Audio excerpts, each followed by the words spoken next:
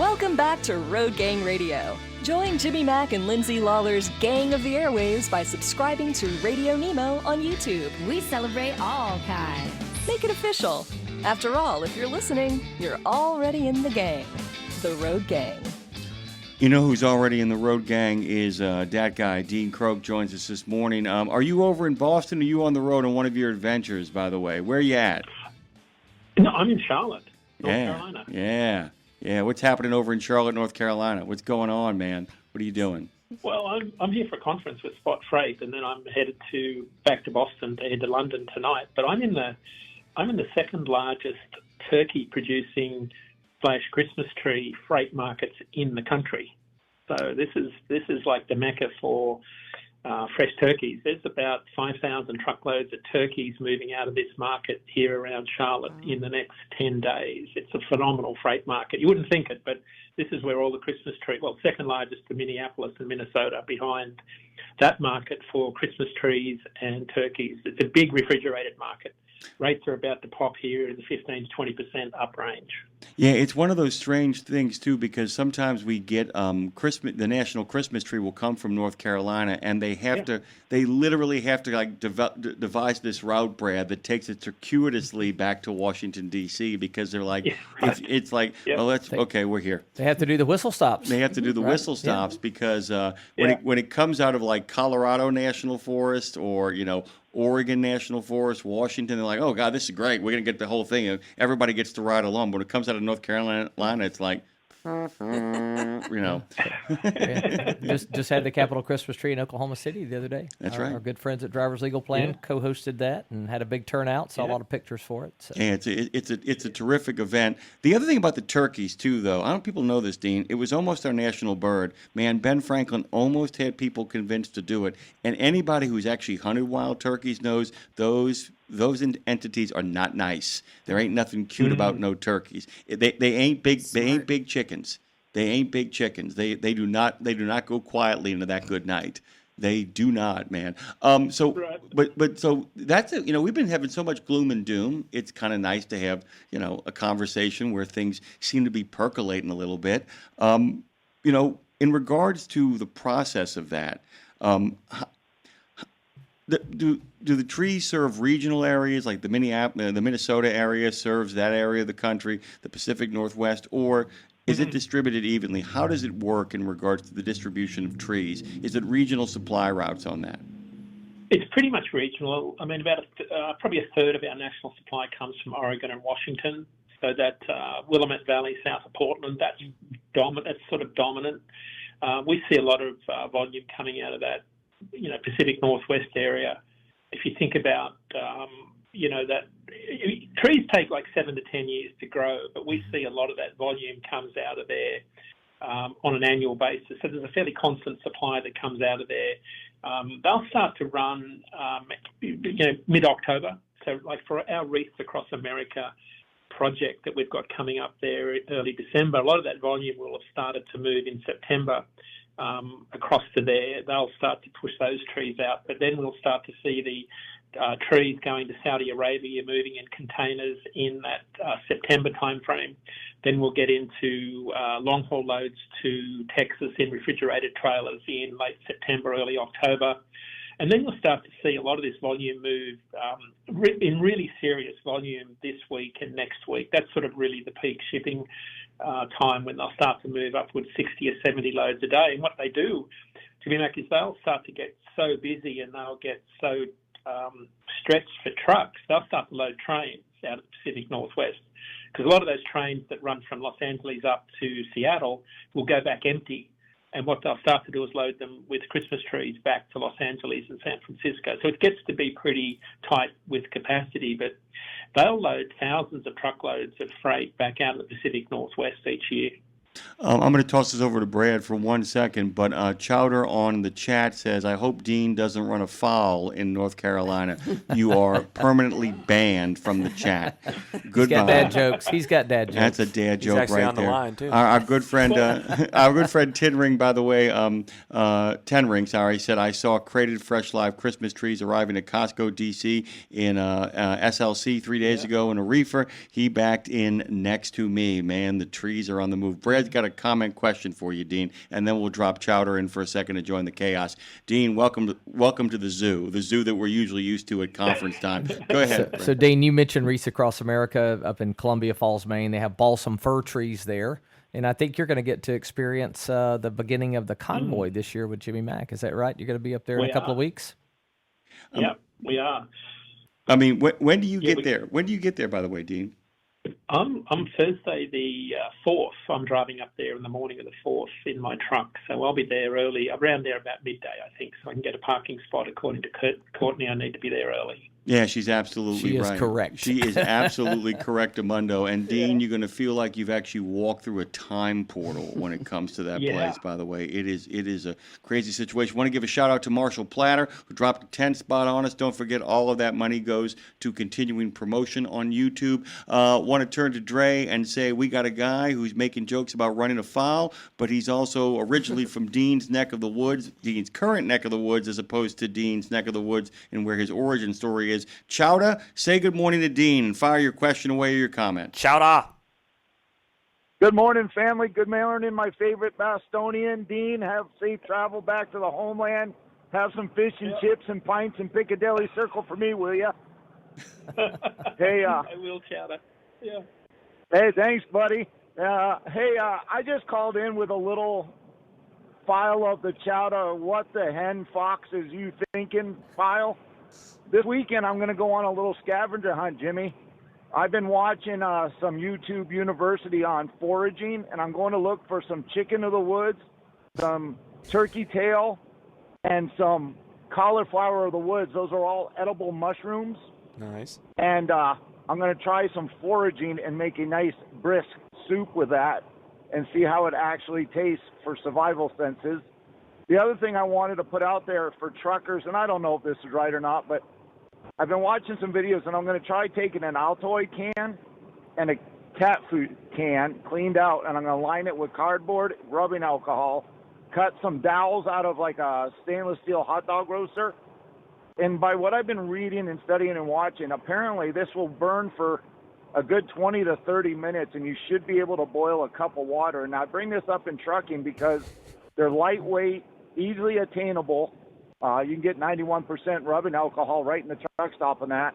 They don't take up room, and like I said, they're lightweight. Now, these will be important in the winter months coming up, that if you needed a fast, easy heat source to keep your truck warm, along with candles, 2 soup cans cut with a hole to make a rocket stove, you could stay warm and still cook simple foods if we're snowed in, and you know how supplies run low in truck stops for a long time.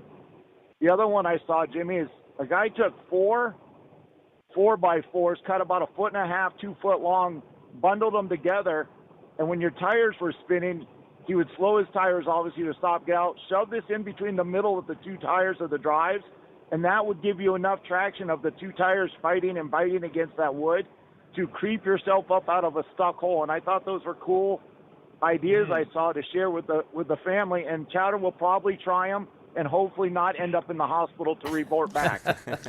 I got to tell you, I'm not sure if it's MacGyver, MacGruber, or in fact, if Peter Stark's over in Montana right now cackling from on high. I just love all of that, dude. That's Baron von Gruvenstein going on there. Good weekend and good travels, Dean. McAuda. McChowder. Yeah. McChowder. Forget about MacGyver. Forget about MacGruber. That's McChowder, by the way. Trucker Bosun says, good morning, everybody. Hey ho, Nemo is in the chat. Good morning, everybody. Good morning to you, Dave. Welcome to the conversation. Welcome to the party, pal. We missed you last night. We were wondering where you were, why you weren't there, why you punked out. What's going on, Dave? I'm sorry, Dean was saying something, though. Go ahead, Dean. I just had another animal reference, thinking about Chowder and the turkeys. I was coming through Charlotte one night in my Peterbilt, and I could hit a gator. Not a turkey, but a gator came off a back of an LTL 28-foot truck trailer. It was a full retread. $3,000 damage to my Peterbilt. Took out my 22-inch bumper, 2 airbags, and a whole bunch of lighting. Like, it was horrific, the amount of damage it did. The whole gator came off this back of the trailer, and I couldn't miss it because everyone's going at top speed. So the animal references just keep coming this morning. Oh, fast and furious. And by the way, yesterday, Robert Braswell mentioned that next week he's going to be talking about retreads. And I don't know if you guys know Danny Nassif. He goes by Scat Pack. And he literally, all in caps, was like, all he wrote was, "No retreads!" I mean, it's all he wrote in just big letters right there. It's like something like deep in his soul was offended by it all. And, of course, I'm like, yeah, you can call in next week and talk to the Braz and explain your position in a civilized manner. That's not going to happen. I'm sorry, Dean. We were talking. Go on. So, last week when we met and talked, there was some real kind of "Hello Darkness, my old friend" kind of percolating when you were on Nemo Nation. But there are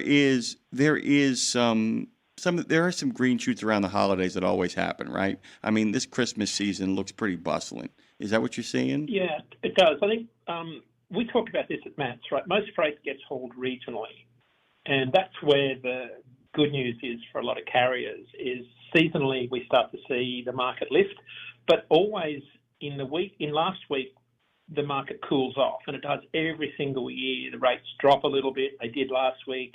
They drop a few pennies, and then the market picks up. And they'll pick up between now and the end of the year. There'll be some rates that'll jump fairly sizably between now and the end of the year. If you look at Portland, Oregon, for example, where a lot of Christmas trees and late season fall produce, last year they're sitting at about $2.26 right now a mile out of Portland. They'll jump up to $2.60, so they'll jump about 25 cents a mile between now and Thanksgiving.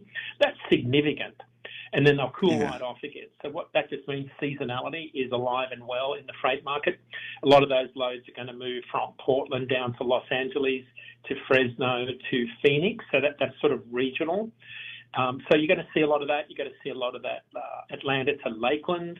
You're going to see a lot of, Dallas to New Orleans, where you guys are. You'll see a lot of Allentown to Boston, a lot of Chicago to Columbus.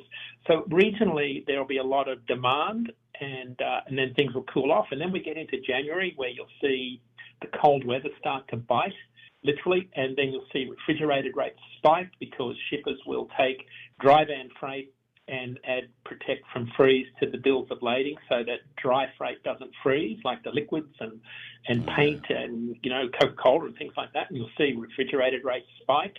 So you'll see seasonality come back into the market. And that's where regional rates will start to give carriers some benefit. But what's happening right now, though, if you pull back that lens and say at a macro level, demand is still softening at a rate that's faster than capacity's exiting, right? So the capacity can't exit fast enough to catch up to how soft demand is. And that's why you're not seeing any major inflection in the rate side of the market. So that's why all of the narrative around non-domicile CDL, English language proficiency, illegal behaviours in the market, it's not making a difference because demand is softening at a faster rate than capacity is exiting. Yeah, and the other thing is, and I keep talking about this, and by the way, guys, you can't convince me otherwise until you show me real data. You can convince me that we are improving the safety of the situation with the non-domiciled issues. You can't convince me in one way or another that this is actually having any sort of impact in a macro, really impactful way. It might be affecting a number of individuals on certain rates and certain roads and in certain situations, but the big time stuff, and I'll fight you, man. You can call me right now. I'll fight you. I also wanted to say a quick comment about Nightbeat that I wanted to share with you guys. I don't know if you've heard it, Dean. Nightbeat is really charming, really fun. It's an old-time kind of homage to the old road gang. Joe J. wanted to make a quick comment to Dave, who's on the chat. He said, "I absolutely can't stand Pearl Jam, but I love their cover of Last Kiss. Good play, Dave. And good morning to you, Dave, even though you didn't make the workout. We're all sore here. What are you doing? Why, what's going on with that?" But yeah, I just, Dean, I feel like that I'm worried that they're overhyping the non-domiciled issue, and the reason. And by the way, there's a good way to play this. Is like, look, we're making the roads safer so that when the rates do improve, it'll be a safer environment with which to drive, and it will actually take it will take one step towards removing some of the black eye we've gotten. But this is not a magic bullet, a silver bullet that will fix anything in regards to the market. I think you and I agree on that. I don't think we have any breathing space between us on that one, right? I mean, we're kind of eye to eye on this. It's just all right, okay. So let's talk a little bit about. We talked about what's happening with the trees, and we talked about what's happening with the turkey. What are other seasonal routes that are really affected? You talked about the reefer stuff, but I always kind of like the fun stuff. Anything about the holly or the ivy? I don't really mean that, but you get my idea. Yeah, I think the next couple of weeks are going to be really important. If we really need, we were talking last week's show, I think you asked me the question and you were kind of inferring, are we going to see coal in our Christmas stockings, or are we going to see something a little bit more positive? The jury's still out on that one. We need to see some serious consumer activity on the goods side. We need to see some positivity and some really good orders come through on the freight side for the market to pick up in the final, 3 or 4 weeks leading into the end of the year for the market to pick up. Otherwise, it's going to be a pretty bleak end to the year. That's what I'm most worried about, that side, because things, we're seeing a bit of a softening in the freight market. That's what a lot of the market is seeing right now. The setup for 2026 is shippers are sort of telling us they're seeing rates flat, maybe up 1% to 3% next year. So the general consensus is next year is going to be a pretty flat year, because when you look at where the shippers and carriers are negotiating their rates right now, things look pretty flat. Like, they're not seeing a lot of lift next year, which means if you think about rising costs to operate a truck, there's not a lot of margin expansion next year. So we need a pretty strong end to this year, because then we're heading into a fairly flat rate environment next year. That's not going to give a lot of carriers a lot of joy. Brokers are getting margins compressed, right? So we're not in a strong broker expansion market either. So the setup for next year is not very strong, and I think that's why we need a really strong end to this year. We're still seeing capacity exit. It just means, I think, next year you're going to see a much tighter market where it's more capacity constrained, which for a lot of folks, that means it's better. Like, it's a better environment because you've got less capacity fighting for less volume. Yeah, and which is kind of where we need to be. And by the way, Tenring wants to echo your sentiments. He goes, absolutely. We reefers haul a lot of liquid laundry detergent in the winter under protest from freezing. He leaves it simply right at that. But yeah, that's really going to be the big kind of thing. And one of the things, and and Lisa and Brad are here as well too. Do you know, and Dean, I'm going to ask you the question, what keeps saving the American economy? You and I keep talking about this magnificent figure right in the center of it who just somehow keeps on stepping in and saving the day. Would you care to give him a name, Dean? The American consumer. There he or she is, man. You know what? I got to go do my patriotic duty and go buy some shit. I mean, basically, that's what it kind of comes down to. I mean, it really is. But they can't afford. They can't afford it. And they can't afford it, and the interest rates haven't come down enough to take out that extra credit card. I need a Discover card right now. I'll save the economy, me and Discover. Yeah. But they might come through one more time. There's that wish fulfillment sense of maybe I can wish this across the finish line one more time. And by the way, once again, editorial opinion, you can fight me. Maybe the Supreme Court saves the president from himself. And maybe they say, hey, you know what, dude, you can't have those tariffs. But that's a crazy scenario. I mean, I'm almost at the point where I don't know if them doing that sets off another whole wave of uncertainty. I mean, it's like that's the other thing that Chris keeps talking about. The only certainty right now is the perpetual state of uncertainty, right? We just don't know. We've never been here before. It's foggy this morning, but it's foggy in regards to the outlook, right? Well, imagine a new chair of the Fed and interest rates being driven down. We've got a whole new 2026 scenario unfolding where suddenly there's this magic stimulus to the industrial economy, and we have a freight demand scenario that none of us planned for. So that's why I look at 2026 and say anything beyond rates going up, flat to maybe low single digits, anything other than that is pure speculation.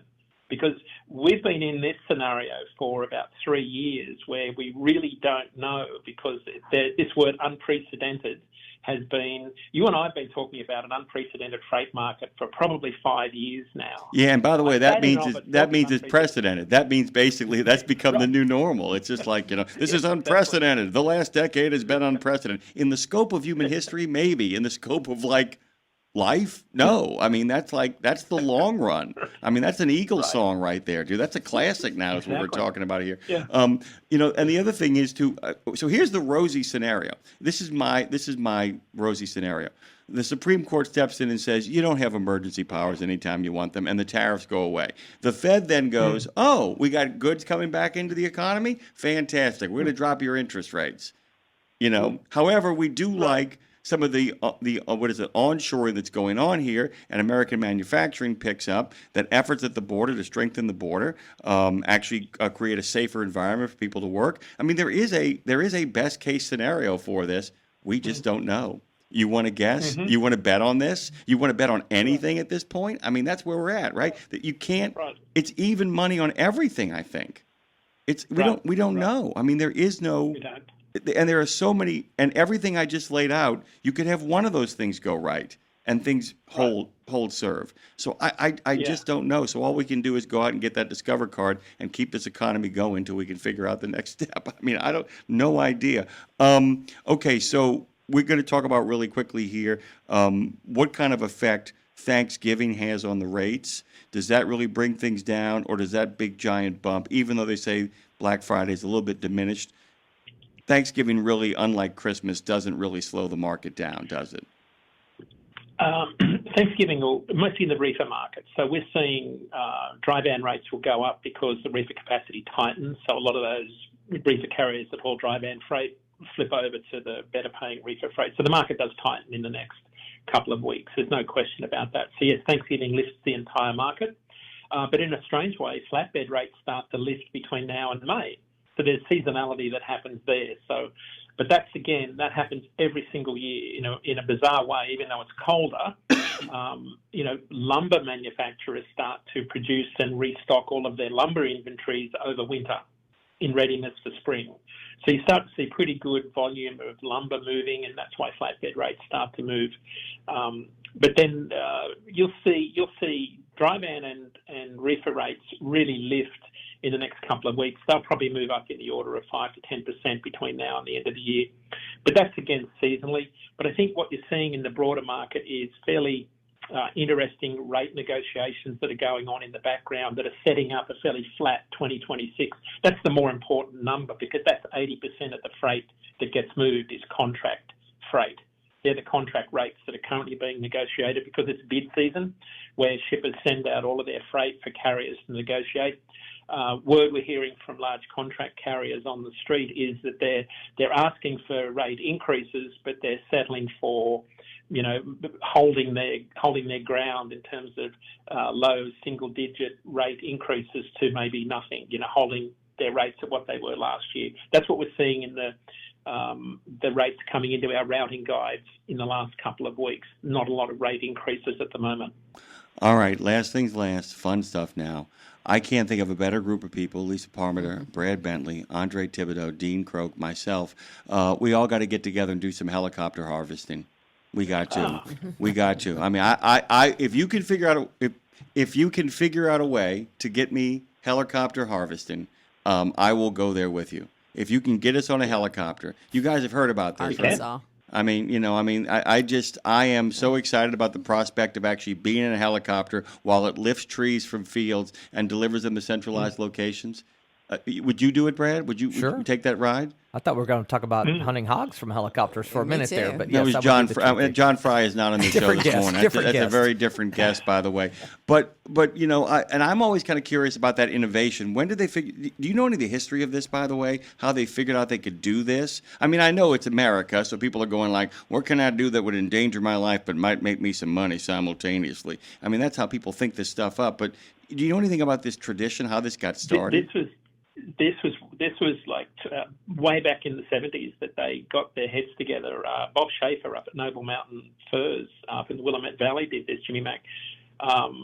He wasn't and I can't remember the guy's owner, the helicopter pilot. His name escapes me right now, but they got together 1976 it was, and they got together and they said, there's a better way to do this, because some of the mountain terrain is fairly rugged. They couldn't get there's skidders in there to actually drag the trees up, and they decided to do it with helicopters. But they can take a bundle. They've got people down there cutting the trees and bundling them together. They can take the bundle of trees with a big cable to the pad and where the trucks are, and they can take a bundle in 30 seconds. So we were up there doing a video of this a few months ago, and every 30 seconds there's a bundle. I think I sent you the video link of this. There's a bundle being dropped into the trucks every 30 seconds. It's incredible to watch the skill of these helicopter pilots. And then the trucks will take to another pad where the guys load them onto the flatbeds and into the dry vans. By the way, I got two names for you. Ask and you shall receive. Right out of Central Casting comes Jack Erickson of the U.S. Forest Service, who's the guy that kind of came up with it, and separately, the guy that actually had the Noble Mountain Tree Farm partnership was Jeff Linscott, are the name of the two people. It's Erickson that kind of is the pioneer who developed and proved the feasibility of helilogging, and I just love it, helilogging. Helilogging, I'm going to go helilogging here. But Jeff Linscott is the man who became known for his highly skilled ability to handle the choppers and was the one that forged the partnership with Noble Mountain Tree Farm. Dean, what's the rest of your day look like, brother? Because we are out of time, and sadly, I got to say goodbye to you. I got to say goodbye to Brad. I got to say goodbye to Lisa. But Dre gets to hang around. What are you doing with the rest of your day? I'm about to go on stage here at Spot Freight at the Grand Bohemian Hotel, and then I'm going to leg it to the airport. Everything has to go perfectly to get back to Boston by 5 o'clock, and then I'm going to race to International to catch my 7 o'clock flight to London. So I need everything to go perfectly today. It's one of those days where I can afford no delays. Only one person in this conversation has ever been to London. Looking at you, Phone Master Dre. We're going to cure that conversation really soon. Dean, Road Gang Radio is counting on you to take that stage and remind people to subscribe over on YouTube. We're counting on you, man. We're counting on you, brother. We need you. We need you up on that stage. Go have a blast, man. Knock it out the park like you always do. Thank you, brother. It's great to see you. I love it. Yeah, great to see you all again.